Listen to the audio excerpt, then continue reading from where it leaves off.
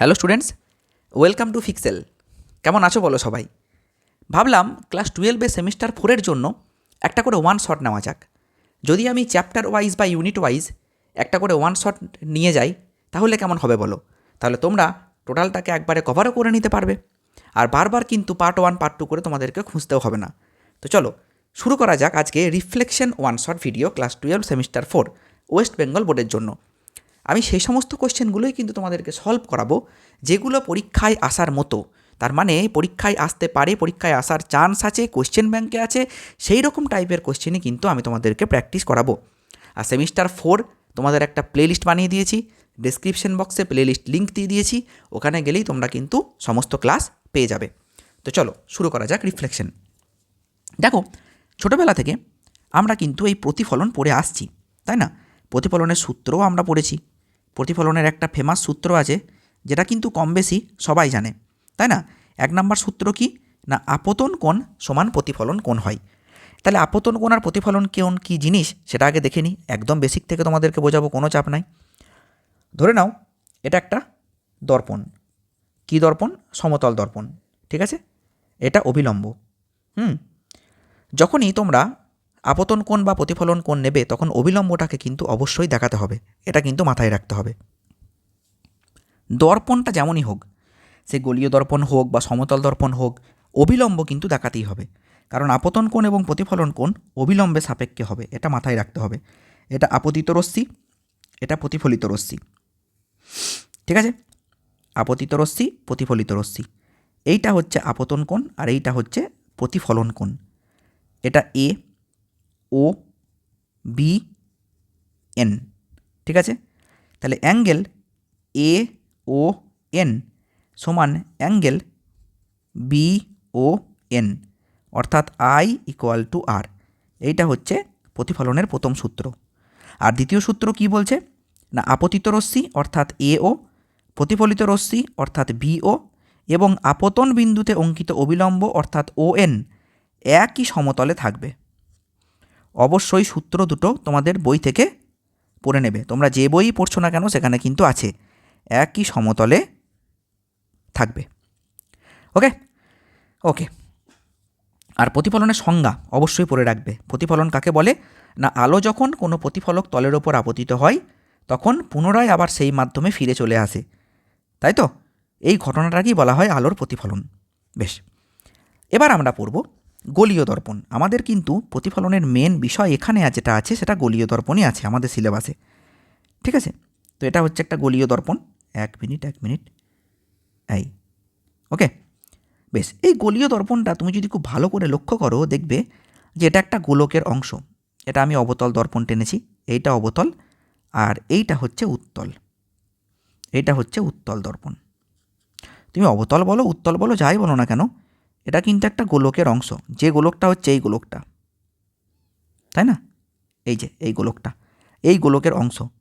তাহলে যে গোলকের অংশ সেই গোলকের যে কেন্দ্র তাকে বলা হবে বক্রতা কেন্দ্র, ঠিক আছে? তাহলে এম, এই মিড পয়েন্টটা নিলাম ও, ও না নিয়ে পি নিই, পি এম ড্যাশ, ঠিক আছে? এম পি এম ড্যাশ, এইটা একটা অবতল দর্পণ, ঠিক আছে? তাহলে এই অবতল দর্পণটা যে গোলকের অংশ সেই গোলকের কেন্দ্রকে বলবো বক্রতা কেন্দ্র। তাহলে সি হচ্ছে বক্রতা কেন্দ্র, আর এই মিডল পয়েন্টটা হচ্ছে মেরু, আর মেরু আর বক্রতা কেন্দ্রের মধ্যে দিয়ে যে রেখাটা সোজা চলে গেছে সেইটা হচ্ছে প্রধান অক্ষ, ঠিক আছে? আর এই যে ডট ডট করে যে লাইনটা টানলাম অর্থাৎ এম এম ড্যাশ, এই এম এম ড্যাশ হচ্ছে উন্মেষ, ঠিক আছে? এইটা হচ্ছে উন্মেষ, ইংরাজিতে যেটা বলে অ্যাপারচার, অ্যাপারচার। আশা করি ক্লিয়ার। ওকে, তো চলো নেক্সট। ঠিক একইভাবে উত্তল দর্পণেও একই কেস হবে। বেশ, এবার এগিয়ে যাই। ফোকাস বিন্দু কি সেটা দেখি। এটা মনে করো একটা অবতল দর্পণ, ঠিক আছে?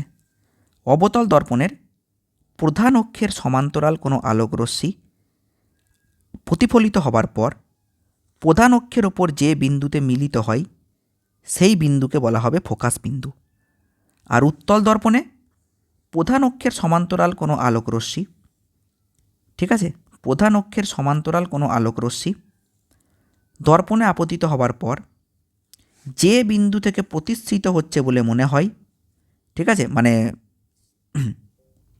প্রতিসৃত বলছি, অপসৃত, যে বিন্দু থেকে অপসৃত হচ্ছে বলে মনে হয় এই যে সেই বিন্দুকে বলা হবে ফোকাস বিন্দু। দেখো তুমি যদি এখানে চোখ রাখো তুমি কিন্তু বুঝতে পারবে না যে লাইটটা এই দিকে গেল তারপরে এই দিকে এলো, না তুমি বুঝতে পারবে না। তোমার মনে হবে এখান থেকে কেউ যেন একজন টর্চ মারছে, বুঝতে পেরেছো? তাহলে এইটা হচ্ছে উত্তল দর্পণের ফোকাস বিন্দু, ঠিক আছে। তাহলে অবতল দর্পণের ফোকাস বিন্দু কোন দিকে থাকে? বাঁ দিকে, মানে দর্পণের সামনে। আর উত্তল দর্পণের ফোকাস বিন্দু কোন দিকে থাকে? দর্পণের পিছনে। তাহলে ফোকাস বিন্দু কি বোঝা গেল? তাহলে এই এফ হচ্ছে ফোকাস বিন্দু। ওকে, ফোকাস বিন্দু। নেক্সট দেখো, এই উত্তল দর্পণ বলো বা অবতল দর্পণ বলো, যাই বলো না কেন, অবতল দর্পণের ফোকাস দূরত্ব বক্রতা ব্যাসার্ধের অর্ধেক, এটা প্রমাণ করতে হবে। স্যার জিনিসটা কি একটু বুঝিয়ে বলুন। এইটা একটা অবতল দর্পণ, একদম ঠিক। বেশ, এটা পি, পি মানে মেরু। আচ্ছা, এর ফোকাস বিন্দু এফ আর বক্রতা ব্যাসার্ধ সি, ঠিক আছে। বলছে এই P F equal to P C by 2 হবে, এটা প্রমাণ করতে হবে। P F equal to P C by 2 হবে, এইটা প্রমাণ করতে হবে। তার মানে বক্রতা ব্যাসার্ধ হচ্ছে ফোকাস দৈর্ঘ্যের ডবল, বা ফোকাস দৈর্ঘ্য হচ্ছে বক্রতা ব্যাসার্ধের অর্ধেক। যা কিছু মেজারমেন্ট করা হবে এই পি থেকে মেজারমেন্ট করা হবে। পিটা কি? পি হচ্ছে মেরু। যা কিছু মাপবো সবই কিন্তু আমরা পি থেকে মাপবো, এটা মাথায় রাখতে হবে। ওকে, এই প্রমাণটা খুব ইম্পর্টেন্ট। কোশ্চেনটা কী আসবে? প্রমাণ করো F is equals to R by 2। এটা তোমাদের ক্লাস 10-এও ছিল, প্রমাণটা একবার ভালো করে দেখে নাও। একটা সমান্তরাল আলোকরশ্মি এলো, আসার পরে আমি তোমাদেরকে শিখিয়ে দিয়েছি প্রধান অক্ষে সমান্তরাল আলোকরশ্মি প্রতিফলনের পরে ফোকাসের মধ্যে দিয়ে বেরিয়ে যাবে, ঠিক আছে। ব্যাস, ফোকাসের মধ্যে দিয়ে বেরিয়ে চলে গেল। ঠিক, এখান থেকে অবিলম্ব টানবো, dot dot dot dot dot, ঠিক। বেশ, তাহলে আপতন কোণ কোনটা? এইটা হচ্ছে আপতন কোণ আই, এইটা হচ্ছে প্রতিফলন কোণ আর, ঠিক। বেশ, এইটা যদি আই হয় তাহলে এইটাও আই, এই এটা আই হলে এটাও আই, একান্তর কোণ, তাই না? যদি নাম দিই এ বি সি তো আছে অলরেডি, আর কিছু নাম দেওয়ার দরকার নাই। ওকে, তাহলে তুমি এটা বলতে পারো যে ত্রিভুজ বি সি এফ থেকে পাই কি হবে? কি পাচ্ছ? Angle B C F equal to angle C B F. কেন? যেহেতু আই সমান আর। একটা ত্রিভুজের যদি দুটো কোণ সমান হয়ে যায় তাহলে ত্রিভুজটা কী ত্রিভুজ? তাহলে ত্রিভুজ বি সি এফ সমদ্বিবাহু ত্রিভুজ। আর সমদ্বিবাহু ত্রিভুজ যদি হয়ে যায় তাহলে এই যে কোণ দুটো সমান তার সংলগ্ন বাহু দুটো সমান হয়ে যায়। তার মানে সেখান থেকে আমরা বলতে পারি যে সি এফ যা হবে বি এফ তাই হবে। I think clear. ছবি দেখেই তোমরা বুঝে গিয়েছো যে সি এফ যা হবে বি এফ তাই হবে, কারণ যেহেতু এই কোণটার এই কোণটা একই কোণ। এটা সমদ্বিবাহু ত্রিভুজের প্রপার্টি, ঠিক। বেশ, এবার দেখো, আবার তুমি লিখবে পরের লাইনে যে B F equal to P F. কেন স্যার এটা কি করে হলো? যেহেতু উন্মেষ খুব ক্ষুদ্র, উন্মেষ খুব ক্ষুদ্র এবং উপাক্ষীয় রশ্মি, উপাক্ষীয় রশ্মি, এই কথাটা উল্লেখ করতে হবে। যেহেতু উন্মেষ খুব ক্ষুদ্র এবং উপাক্ষীয় রশ্মি, তাই আমরা কিন্তু এটা লিখতে পারি। ওকে, বেশ ভালো কথা। বেশ, এবার দেখো, আচ্ছা ওই পাতায় আমি যাচ্ছি না, তাহলে লেখাটা বুঝতে পারবে না। হ্যাঁ, আমি এই লেখাটাকে একটু এই দিকে সরিয়ে দিই, দেখো,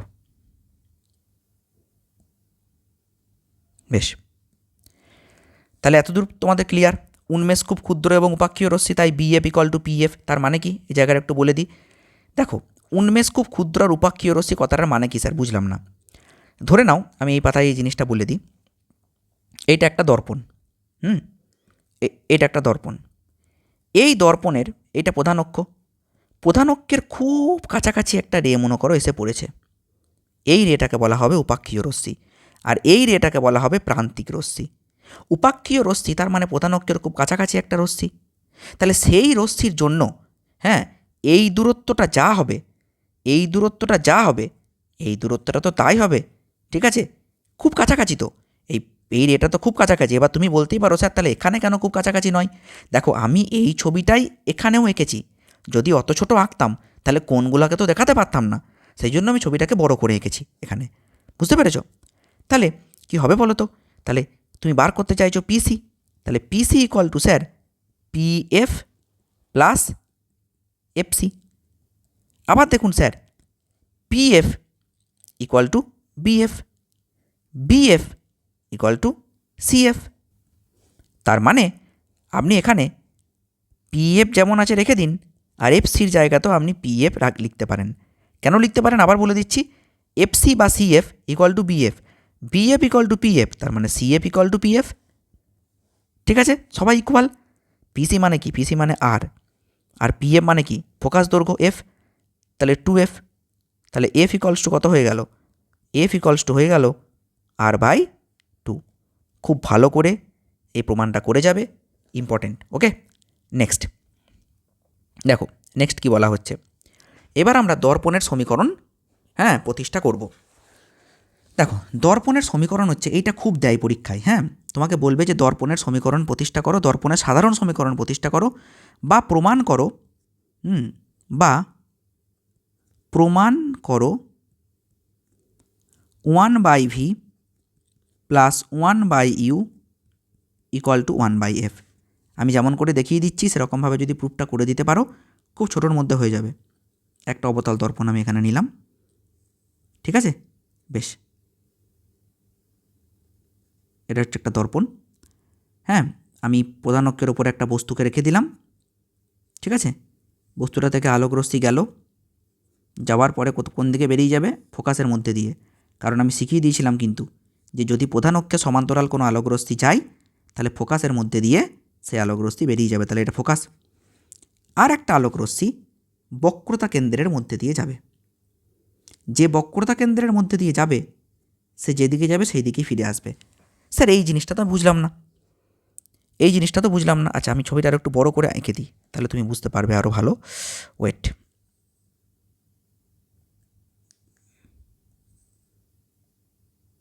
ওকে, 1 মিনিট। ছবিটাকে একটু বড় করতে হবে, নইলে তোমরা দেখতে পাবে না।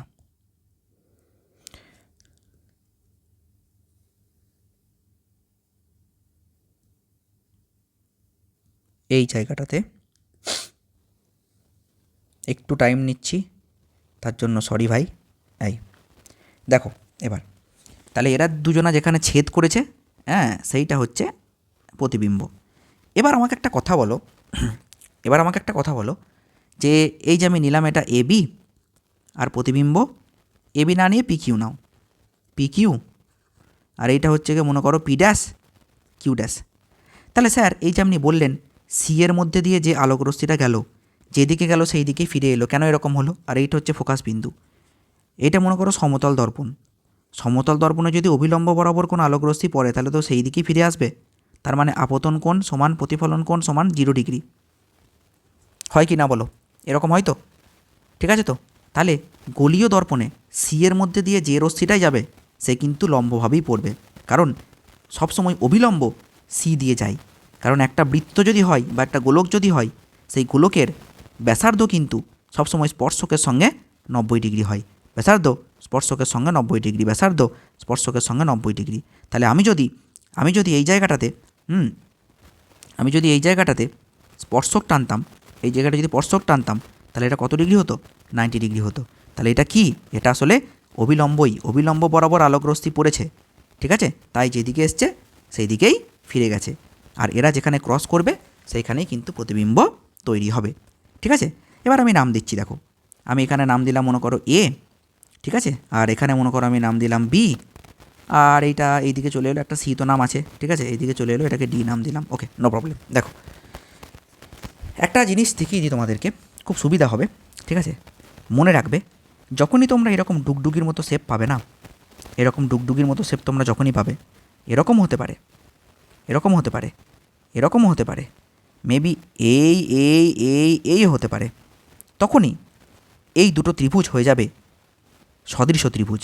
এইটা এইটা সদৃশ্য, এইটা এইটা সদৃশ্য, এইটা এইটা সদৃশ্য, এইটা এইটা সদৃশ্য।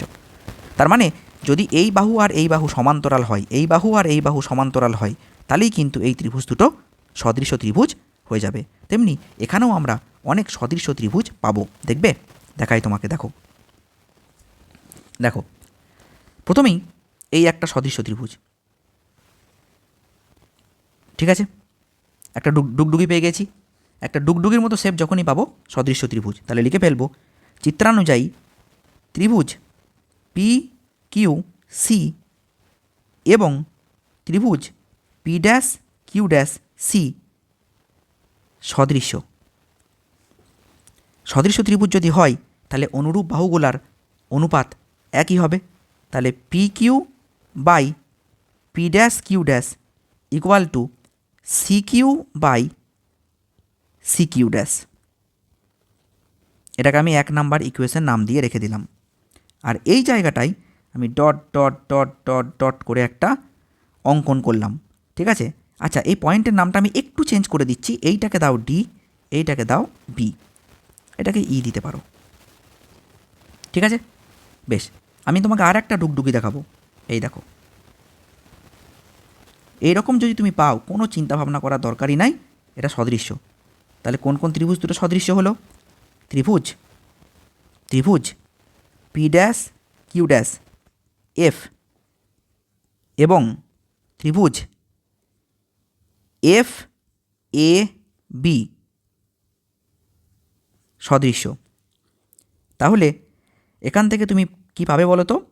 সদৃশ্য ত্রিভুজ হলে অনুরূপ বাহুগুলো তো অনুপাত সমান হবে, তাহলে A B by P dash Q dash equal to B F by Q dash F. A বিও যা, এ বি তো এইটা, পি কিউও তাই, একই, তাই না? তাহলে এ বির জায়গায় তুমি কি লিখতে পারো? P Q by P dash Q dash equal to B F by Q dash F. দেখো ক্লিয়ার কিনা? ঠিক আছে, এটাকে আমি 2 নাম্বার ইকুয়েশন নাম দিলাম, ঠিক আছে। 1 আর 2 নম্বর তুমি যদি ভালো করে দেখো, দেখো বাঁ দিকের ইকুয়েশনটা একই আছে, তাহলে ডান দিকের ইকুয়েশনটা কী হবে? একই হবে। অতএব 1 এবং 2 থেকে আমরা এটা বলতে পারি যে C Q by C Q dash equal to BF by Q dash F. অতএব C Q by C Q dash equal to BF by Q dash F. ছবিটা আমি একবার এখানে কপি করে নিই, তাহলে তোমাদের সুবিধা হবে, বুঝলে? এই যে ছবিটাকে আমি কপি করে নিলাম, চলো এখানে পেস্ট করে দিই।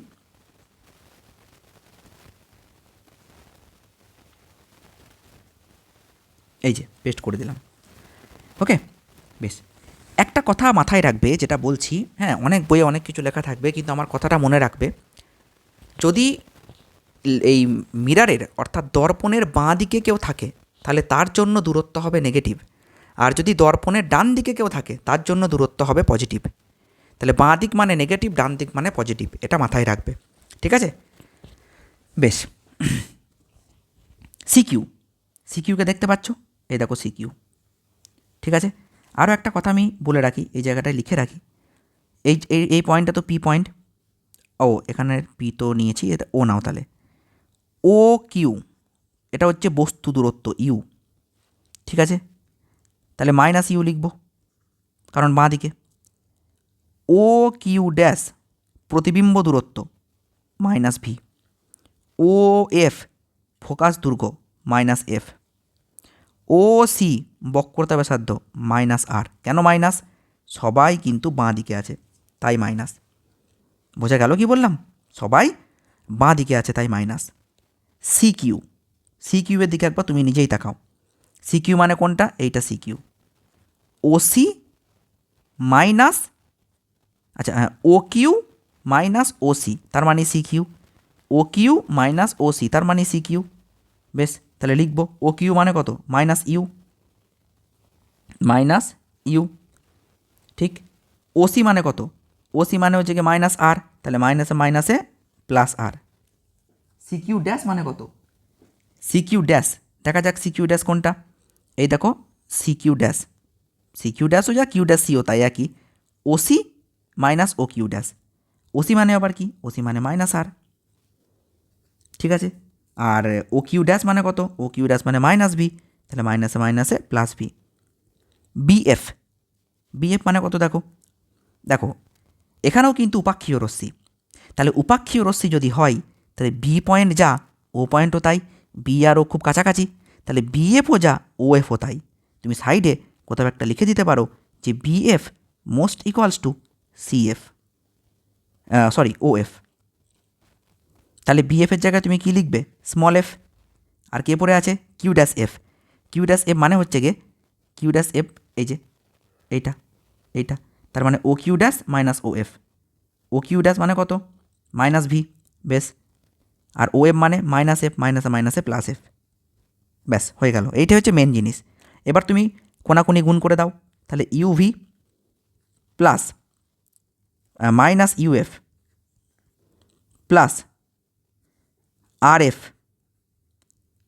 Minus R V equal to minus R F plus VF.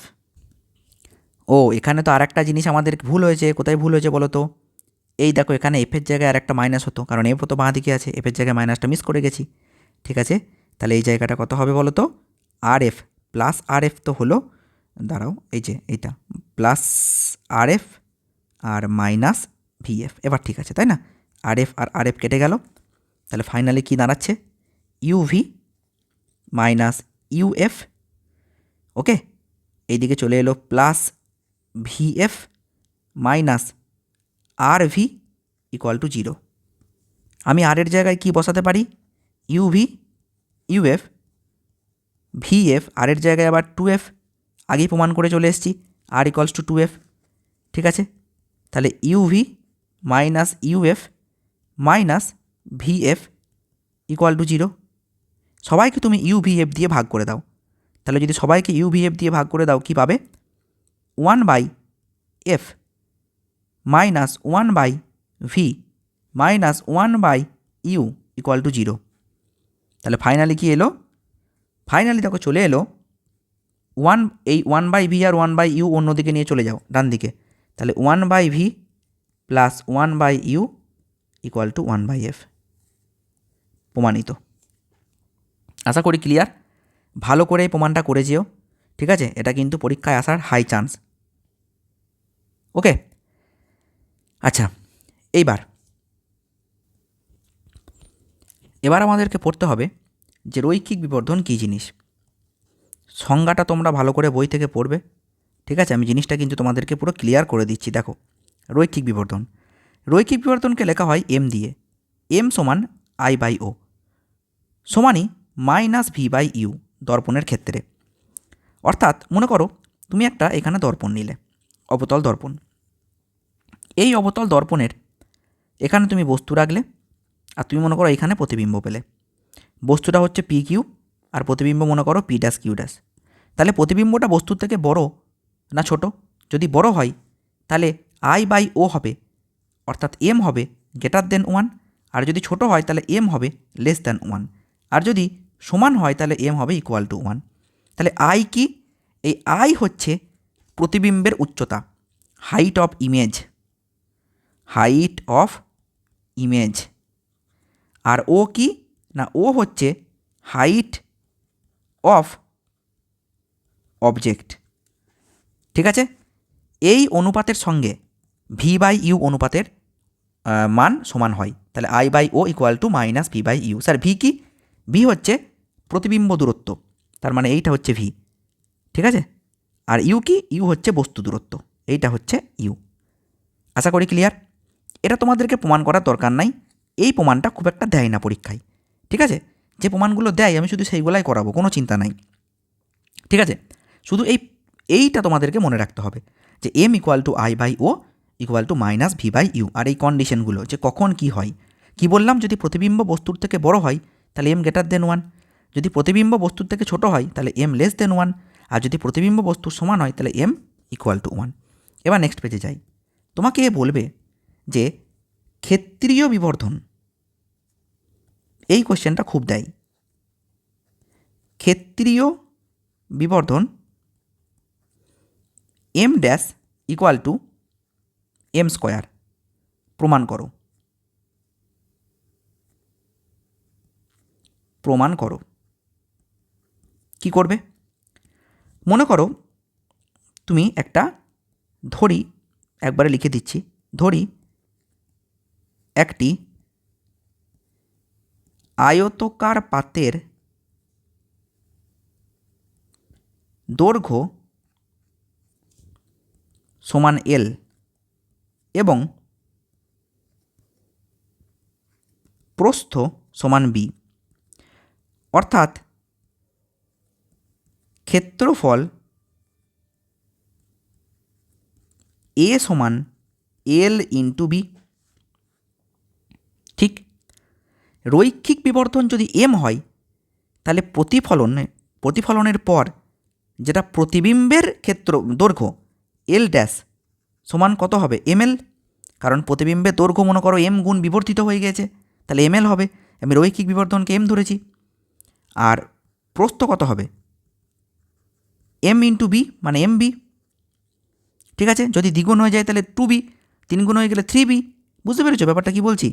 বেশ, তাহলে একটা এমএল আর একটা এমবি। বেশ, তাহলে এখন নতুন ক্ষেত্রফল কত? এ ড্যাশ সমান এল ড্যাশ ইন্টু বি ড্যাশ, ঠিক আছে।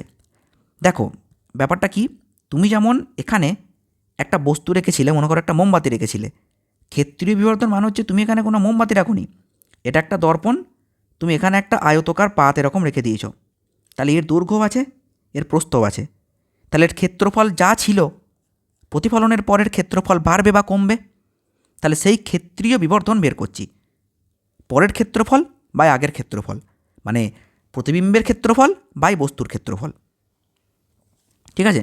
তাহলে এল ড্যাশের জায়গায় তুমি কি লিখবে? এম এল, আর বি ড্যাশের জায়গায় তুমি কি লিখবে? এম বি, তাহলে এম স্কোয়ার এল বি, তাহলে এম স্কোয়ার ইন্টু এ, তাহলে এ ড্যাশ বাই এ সমান এম স্কোয়ার, আর এই এ ড্যাশ বাই এ তার মানেই তো এম ড্যাশ, তার মানেই তো এম ড্যাশ ক্ষেত্রীয় বিবর্ধন, তাহলে M dash equal to M square proof হয়ে গেল। বুঝতে পেরেছ? আশা করি ক্লিয়ার। নেক্সট পেজে যাই। দেখো এবার তোমাকে বলবে যে প্রমাণ করো অক্ষীয় বিবর্ধন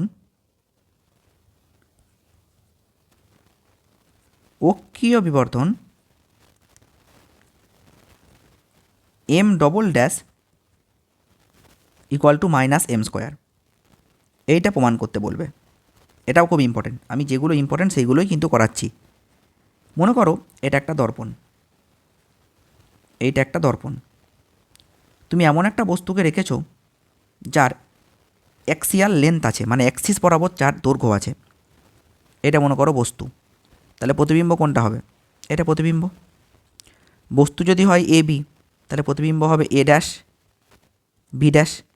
বস্তুর দৈর্ঘ্যকে আমি ধরলাম ডি ইউ আর প্রতিবিম্বের দৈর্ঘ্যকে আমি ধরলাম ডিভি, ঠিক। তাহলে আমরা জানি 1/v plus 1/u equal to 1/f।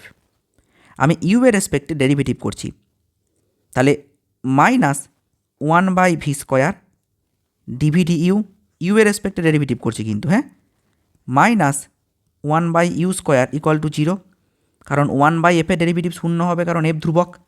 একটা দর্পণের ফোকাস সবসময় ধ্রুবক হয়, পরিবর্তন হয় না। তাহলে ডিভি ডিইউ ইকুয়াল টু কী হবে বলো তো? এটা হয়ে যাবে minus V square by U square. V by U মানে আবার এম, তাহলে কি হবে? Minus M square. আর এই ডিভিডিইউ মানে কি? ডিভিডিইউ মানে অক্ষ বরাবর প্রতিবিম্ব দূরত্ব বাই বস্তুর দূরত্ব, তার মানেই অক্ষীয় বিবর্ধন। তাহলে M double dash equal to minus M square. Okay, M double dash equal to minus M square. আশা করি ক্লিয়ার। এভাবে কিন্তু প্রমাণ করতে হবে। তাহলে দেখো আমাদের এই প্রমাণটাও হয়ে গেল। পরপর কিন্তু ইম্পর্টেন্ট প্রমাণগুলো সব করিয়ে দেবো। এবার তোমাদেরকে আমি কয়েকটা কথা বলে রাখি, এগুলো মনে রাখবে যে অবতল দর্পণের কোথায় বস্তু রাখলে প্রতিবিম্ব কোথায় তৈরি হবে, এই কয়েকটা সিন কিন্তু আমাদের মনে রাখা খুবই দরকার। ঠিক আছে, এইটা একটু তোমরা মনে রেখো, আমি পরপর বলে দিচ্ছি। হ্যাঁ, একটু মনে রেখো জিনিসগুলো। দেখো, 1 নাম্বার কেস, একটা অবতল দর্পণ নিলে, এই অবতল দর্পণের বক্রতা কেন্দ্রের, এটা বক্রতা কেন্দ্র মনে করো, হ্যাঁ, পিছনে তুমি একটা বস্তু রাখলে, বক্রতা কেন্দ্রের পিছনে তুমি একটা বস্তু রাখলে। এটাকে বক্রতা কেন্দ্র না নিয়ে তুমি আরেকটু আগেও নিতে পারো। হ্যাঁ, তার মানে যাই হোক বক্রতা কেন্দ্রের পিছনে বস্তু রেখেছো। রে গেল, রে যাওয়ার পরে কি হবে? ফোকাসের মধ্যে দিয়ে বেরিয়ে যাবে। কেন? আমি বারবার বলে দিয়েছিলাম যে যখনই সমান্তরাল আলো যাবে ফোকাসের মধ্যে দিয়ে বেরিয়ে যাবে। আর একটা রে কোন দিকে যাবে? বক্রতা কেন্দ্রের মধ্যে দিয়ে। এই গেল, এই এলো। তাহলে এইটা হচ্ছে কি পি কিউ বস্তু, আর এইটা হচ্ছে পি ড্যাশ কিউ ড্যাশ প্রতিবিম্ব। ঠিক আছে, তাহলে এইটা সি। তাহলে আমি যদি এটা এফ, আমি যদি সি এর পিছনে বস্তু রাখি, তাহলে তার প্রতিবিম্বটা কেমন হচ্ছে? বস্তুর থেকে ছোট। প্রতিবিম্ব হচ্ছে বস্তুর থেকে ছোট। 2 নাম্বার হচ্ছে সদ্বিম্ব, সৎ প্রতিবিম্ব। ঠিক আছে, আর কি? 3 নাম্বার অবশীর্ষ। অবশীর্ষ জিনিসটা কি? দেখো প্রতিবিম্বটা উল্টানো। তোমাকে এই ক্যারেক্টারটা কিন্তু মনে রাখতে হবে। তোমাকে কোশ্চেন দেবে যে যদি অবতল দর্পণে বক্রতা কেন্দ্রের পিছনে বস্তু থাকে তাহলে প্রতিবিম্ব কেমন হবে, মনে রাখতে হবে। 2 নাম্বার কেসে চলে যাই। অনেকক্ষণ একই কালিতে লিখছে, কালিটা একটু চেঞ্জ করা যাক নাকি বন্ধু? এই দেখো, যদি তুমি ফোকাস আর বক্রতা কেন্দ্রের মাঝে বস্তু রাখো, এইটা মনে করো ফোকাস আর এইটা মনে করো বক্রতা কেন্দ্র। হ্যাঁ, তুমি ফোকাসটা আর একটু সরিয়ে নাও, এই জায়গায় নাও, এই জায়গায় নাও। তাহলে এইখানে বস্তু রেখেছো, তাহলে তখন কি হবে? দেখো, রে গেল, সমান্তরাল আলোকরশ্মি সবসময় ফোকাসের মধ্যে দিয়ে বেরিয়ে যাবে, এটা মাথায় রাখতে হবে। ঠিক আছে, যদিও ফোকাসের মধ্যে দিয়ে বেরোলো না, কিন্তু এটা বার করতেই হবে। এই ফোকাসের মধ্যে দিয়ে বেরিয়ে গেল, বেশ। আর একটা, যে ফোকাসের মধ্যে দিয়ে যাবে, সমান্তরাল আলোকরশ্মি যদি ফোকাসের মধ্যে দিয়ে বেরিয়ে যায়, তাহলে ফোকাসের মধ্যে দিয়ে যে আলোকরশ্মি যাবে সে কোন দিকে বেরিয়ে যাবে? সে সমান্তরালভাবে বেরিয়ে যাবে। তাহলে এইটা হবে প্রতিবিম্ব। ঠিক আছে, এখানে দেখো তুমি বস্তুকে রেখেছিলে বক্রতা কেন্দ্রের পিছনে, প্রতিবিম্ব হয়েছিল ফোকাস আর বক্রতা কেন্দ্রের মাঝে। এখানে কোথায় রেখেছো? এখানে তুমি বস্তুকে রেখেছো ফোকাস আর বক্রতা কেন্দ্রের মাঝে, এইটা বক্রতা কেন্দ্র, আর প্রতিবিম্ব হয়েছে কোথায়? বক্রতা কেন্দ্রের পিছনে। বুঝতে পেরেছো? তার মানে কি আমি বোঝাতে চাইলাম বলো তো? তুমি আগে যেখানে বস্তু রেখেছিলে আর যেখানে প্রতিবিম্ব হয়েছিল, তুমি এখন যদি প্রতিবিম্বের জায়গায় বস্তুকে রাখো তাহলে বস্তুর জায়গায় প্রতিবিম্ব তৈরি হবে। সেই উল্টো কেসটা, আর কিছুই না, তাই না? তাহলে এখানে ক্যারেক্টার কেমন?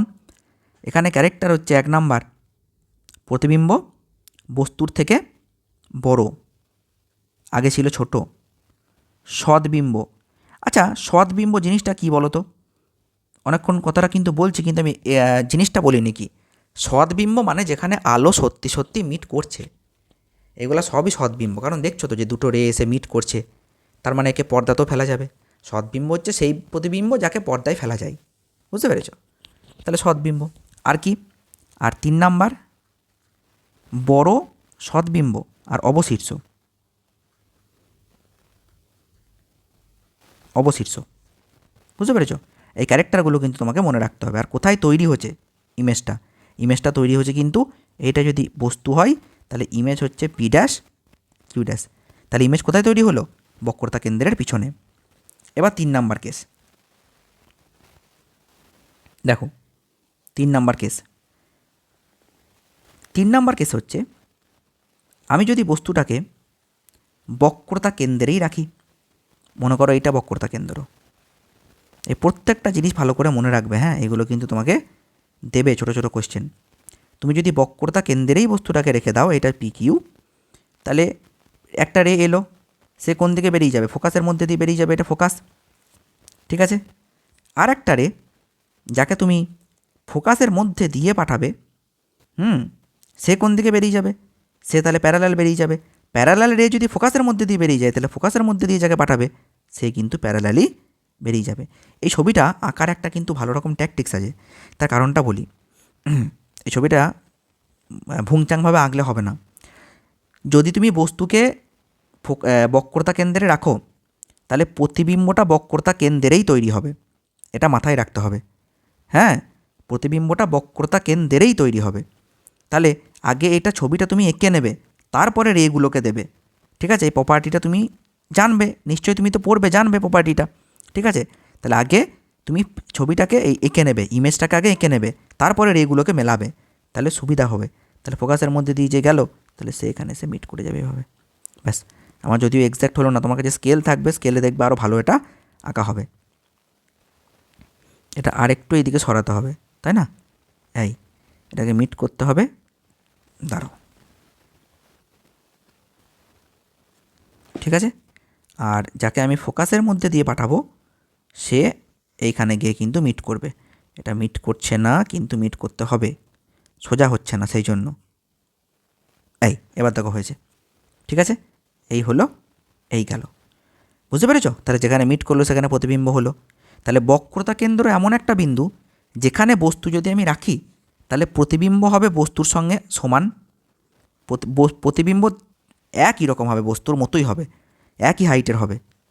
সদ্বিম্ব, সদ। আর 3 নাম্বার অবশীর্ষ। অবশীর্ষ এখানে কিন্তু তাহলে রৈখিক বিবর্ধন m=1। যদি আমি এই কেসটা বলি, তাহলে এখানে রৈখিক বিবর্ধন m>1, কারণ প্রতিবিম্ব বড় বস্তুর থেকে। এখানে যদি বলি তাহলে m<1। 3টে পেয়ে গেলে। এবার 4 নাম্বার কেসে আসি। যদি বস্তুটাকে ফোকাসেই রাখা হয় তাহলে কি হবে? তাহলে বস্তুকে যদি তুমি ফোকাসের মধ্যেই রাখো, মানে ফোকাসেই যদি রাখো, এইটা হচ্ছে গিয়ে দর্পণ, এইটা হচ্ছে ফোকাস। ফোকাসে তুমি বস্তু রেখেছো, রে গেল, এই দিকে পালিয়ে এলো। সমান্তরাল আলোকরশ্মি সবসময় ফোকাসের মধ্যে দিয়েই বেরিয়ে যাবে। হতেই পারে ফোকাসে বস্তু আছে, তাতে কি আছে, কিন্তু ফোকাসের মধ্যে দিয়েই বেরিয়ে যাবে, ঠিক আছে?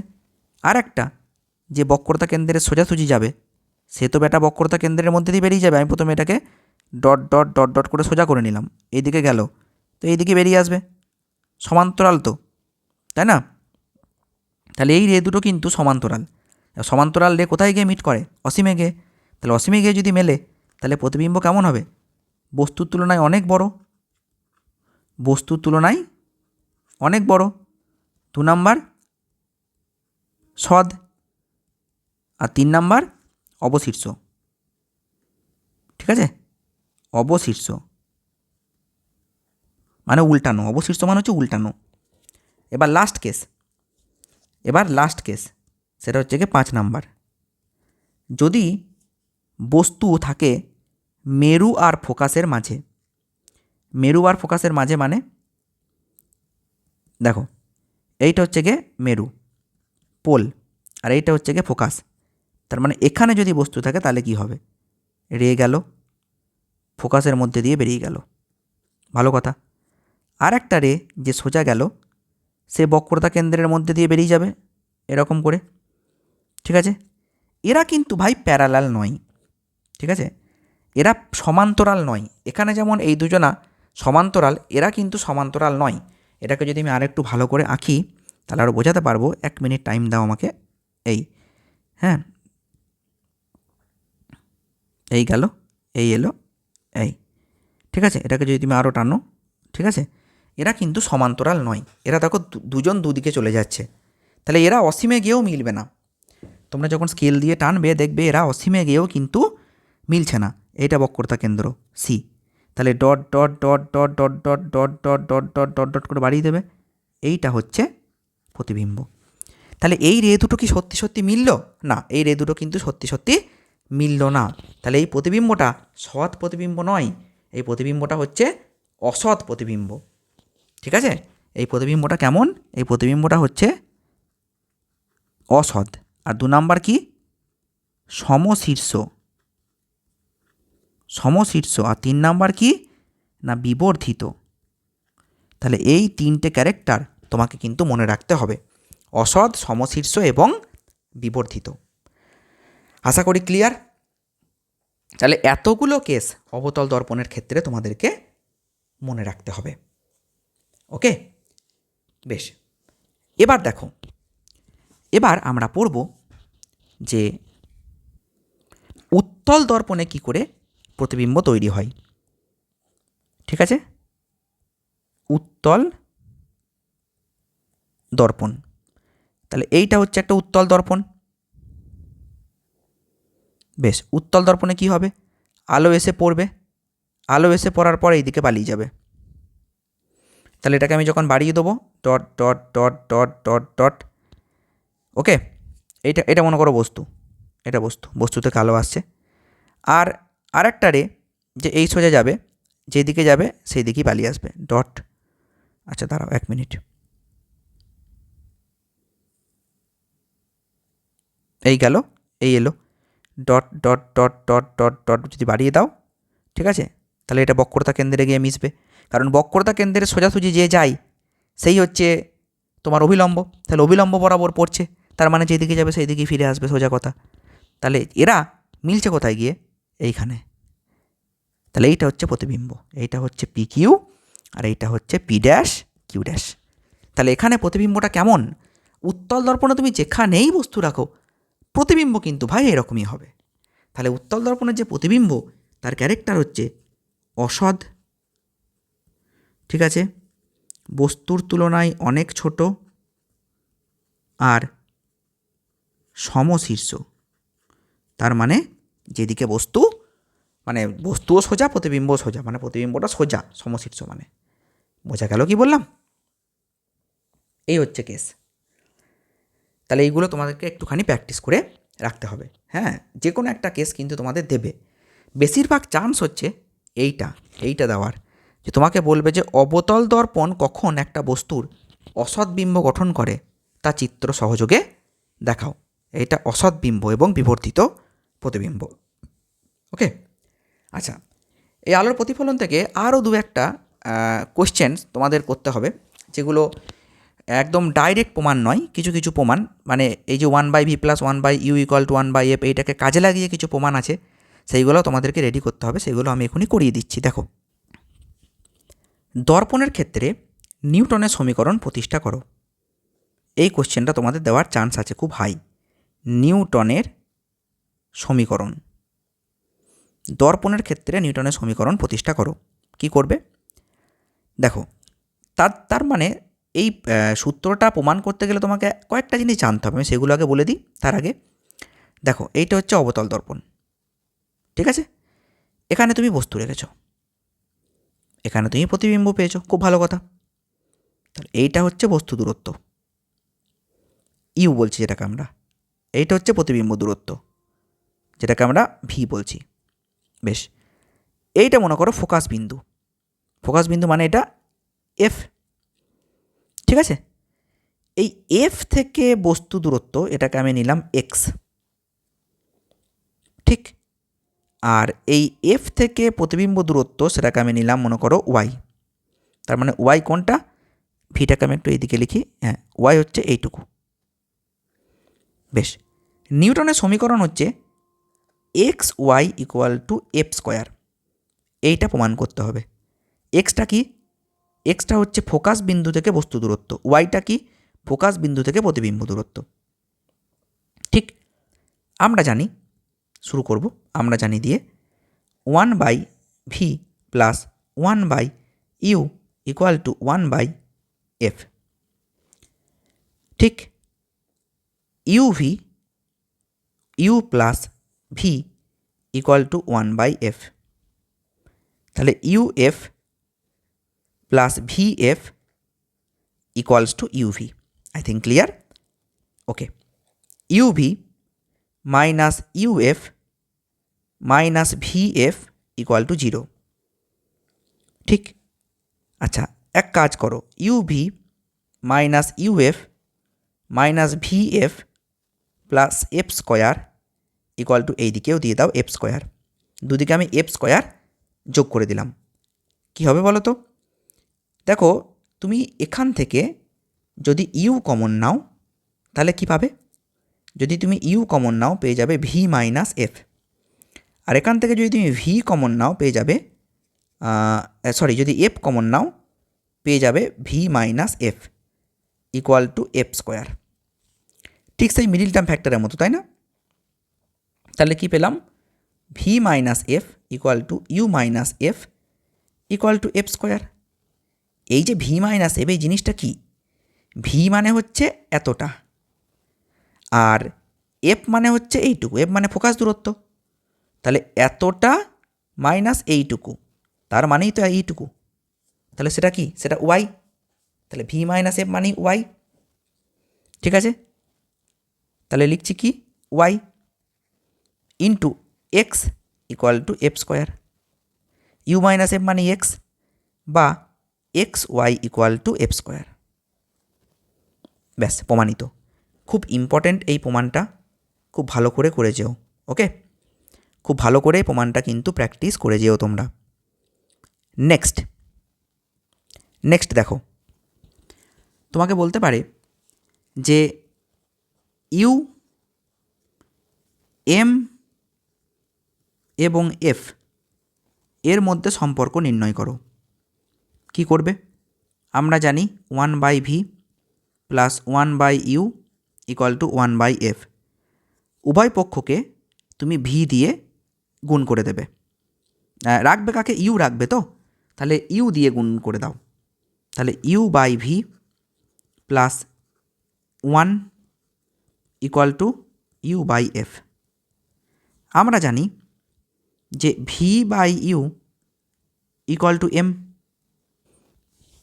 তাহলে u/v equal two u/f minus 1।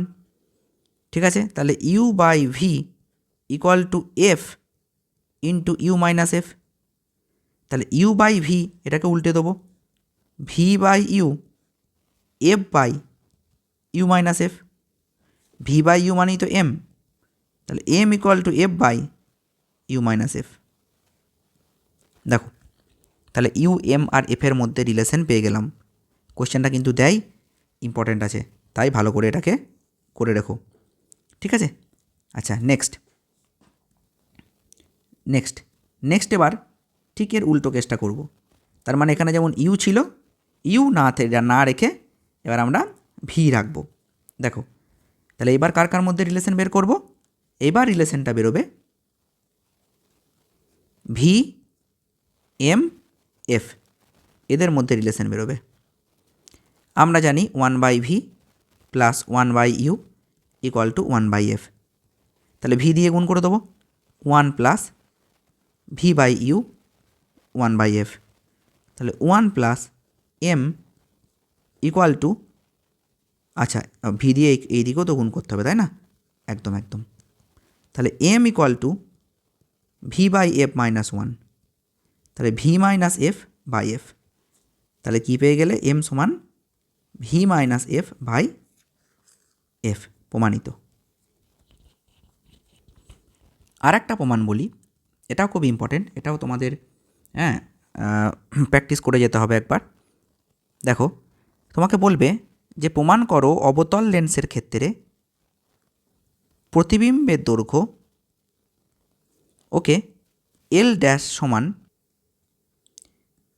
FL by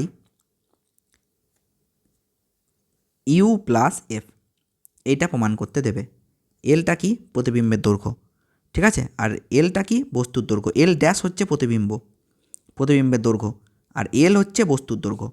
তাহলে আমরা শুরু করবো আবার সেই একই ব্যাপার। আমরা জানি 1/v plus 1/u equal to 1/f, ঠিক আছে। তাহলে 1/v equal to 1/f minus 1/u, যেহেতু অবতল দর্পণ তাহলে ইউ এর জায়গায় তুমি মাইনাস ইউ বসিয়ে দাও। তাহলে 1/f প্লাস 1/u, তাহলে ওপরে কি হলো না U plus F by U F, ঠিক আছে। তুমি উভয় পক্ষতে ইউ দিয়ে গুণ করে দাও, তাহলে U by V equal to U plus F by F. তাহলে V by U equal to F by U plus F. V by U মানেই তো আবার এম, ঠিক আছে, বা ভি বাই ইউ মানে আই বাই ও। এখানে আইটাই হচ্ছে এল ড্যাশ, প্রতিবিম্বের দূরত্ব বাই বস্তুর দূরত্ব, তাহলে F by U plus F, ঠিক আছে। তাহলে L dash equal to F L by U plus F, ঠিক আছে। এবার অনেকে ভাবতেই পারো যে স্যার আপনি যে এটা বললেন যে M equal to I by O, তার মানে এখানে ওরা বলেছে এল ড্যাশ বাই এল, মানছি। তার মানে তো ভি বাই ইউ নয়, মাইনাস ভি বাই ইউ। এবার অবতল দর্পণ তো, তাহলে অবতল দর্পণ যদি হয় তাহলে L dash by L minus V by minus U নেবো, তাহলে শুধুমাত্র ভি বাই ইউ। সেই জন্য ভি বাই ইউ এর জায়গায় আমি কিন্তু এল ড্যাশ বাই এল লিখে দিতে পেরেছি। ওকে, এই প্রমাণটাও খুব ভালো করে যাবে। তাহলে দর্পণ থেকে যে সমস্ত ইম্পর্টেন্ট প্রুফগুলো সবই মোটামুটি বলে দিলাম। হ্যাঁ, আর যদি কিছু কোশ্চেন থাকে তো আমি নেক্সট ভিডিওতে কভার করে দেবো। আর আমি রে অপটিক্সের যে অঙ্ক, যে গাণিতিক প্রশ্নমালা, সেগুলো আমি একবারে একটা ভিডিওতে সলভ করিয়ে দেবো। হ্যাঁ, এরপরে যে ভিডিওটা তোমাদের আসছে, এটা তো প্রতিফলন বলে দিলাম, এরপরে যেটা আসছে সেটা হচ্ছে প্রতিসরণ, ঠিক আছে। তো প্রতিসরণের মানে লেন্সের আগে পর্যন্ত টোটালটা কভার করব। লেন্সের আগে পর্যন্ত মানে বলতে পারো তোমার প্রিজমের প্রতিসরণ, ঠিক আছে, থিন প্রিজম, তারপরে হচ্ছে লেন্স মেকার্স ফর্মুলা, ওটা পরের ভিডিওতে, মানে নেক্সট ভিডিওতে প্রিজম পর্যন্ত তোমাদের আপলোড করে দেবো। ওকে, যদি ভিডিও ভালো লাগে তো অবশ্যই লাইক কমেন্ট শেয়ার করবে। হ্যাঁ, যদি তোমরা লাইক কমেন্ট শেয়ার করো তাহলে সেখান থেকে আমিও কিন্তু কাজ করার ইন্সপিরেশন পাবো। তোমাদের পরপর ভিডিও আমি দিতেই থাকবো। ওকে, তো ভালো থেকো, ভালো করে পড়াশোনা করো, দেখা হচ্ছে নেক্সট ভিডিওতে।